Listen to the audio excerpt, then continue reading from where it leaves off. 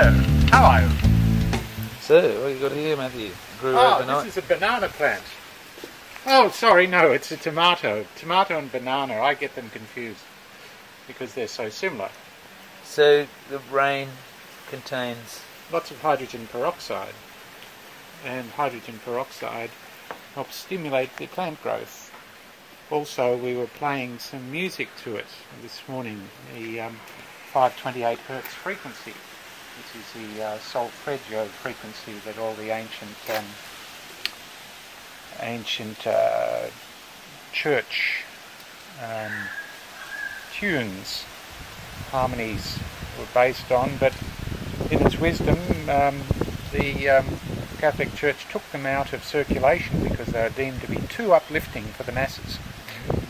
And at the end of the Second World War, the good old Rockefeller Foundation convinced the British Standards Institute to change standard pitch to A440, and in doing so that meant that the flattened G flat, or the F sharp, became the Diablo note, which the church, it was forbidden on pain of death to play the Diablo note in medieval music. But now it sits firmly into our musical scale. So the flattened fifth is actually shaking up everybody's consciousness. Initially it was upsetting because it was such a discordant frequency, but as the consciousness has been lifting on the planet, especially in the last couple of years, we're able to incorporate that discordant frequency into our expanding DNA and no longer see it as destabilizing. In fact, we're being inclusive, compassion's being extended to it, so it's no longer getting left out of the rest of the musical scales and being seen to be divisive. So You're saying that the tuning of post-war is... Post-war tuning has been consciously disruptive. By switching it to A440, the Diablo note became a fixed pitch, the flattened fifth of the C scale, and so most music has that reference point at some stage in popular music, and it's had a very destabilizing influence on the people who listen to popular music.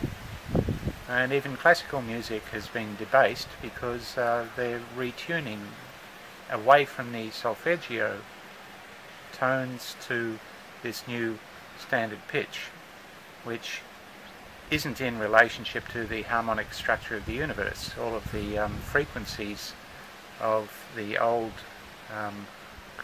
untempered scale relate to distances throughout the universe, such as the distance, the time it takes Saturn to go around the Sun. The distance in terms of miles can be related to hertz and frequencies.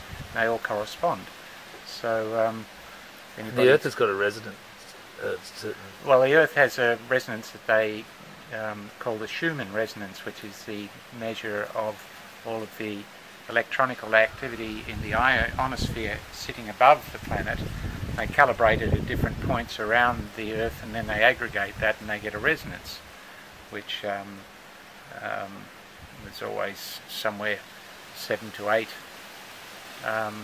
hertz, and then it's more than doubled in the last 15, 18 years. Schumann was a German scientist who discovered it back in 1958, and it's been so constant that military around the world have used it to calibrate all of their instruments, but they didn't know what to make of it when it started to lift and lift and lift and lift. And by 1999 it was up in the 15 register in terms of hertz. That's when you saw a lot of cataclysms happening around the world. Then it came back down again. It was almost as if it was too much too soon. but the planet as a consciousness itself chose to ease things back for the sake of the little creatures crawling around on the top of the planet. You're saying that the imperial scale went along with the... Well, if you look at 528 hertz, corresponds interestingly enough to 5,280 feet in a mile. So the old imperial measurements, all based around, again, frequencies that are found in nature, rocks.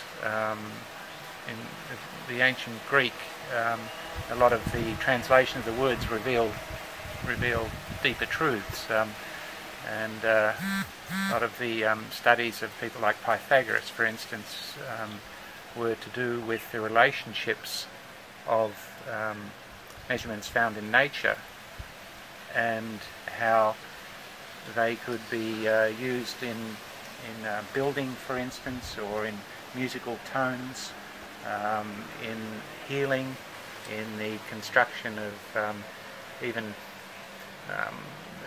symbols, which reveal deep truths. You've got the caduceus, the intertwined snakes over a staff, but when you look at that mathematically from above, that's a representation of human DNA. So it goes on and on and on. The wise snake, symbol of wisdom, yes, isn't it? Yes, yes. Well, he had the Ouroboros, that's that snake eating its tail. That's the infinite. That's the infinity symbol, and that's in alchemy. It goes a lot deeper as well. We've got to go to the hospital.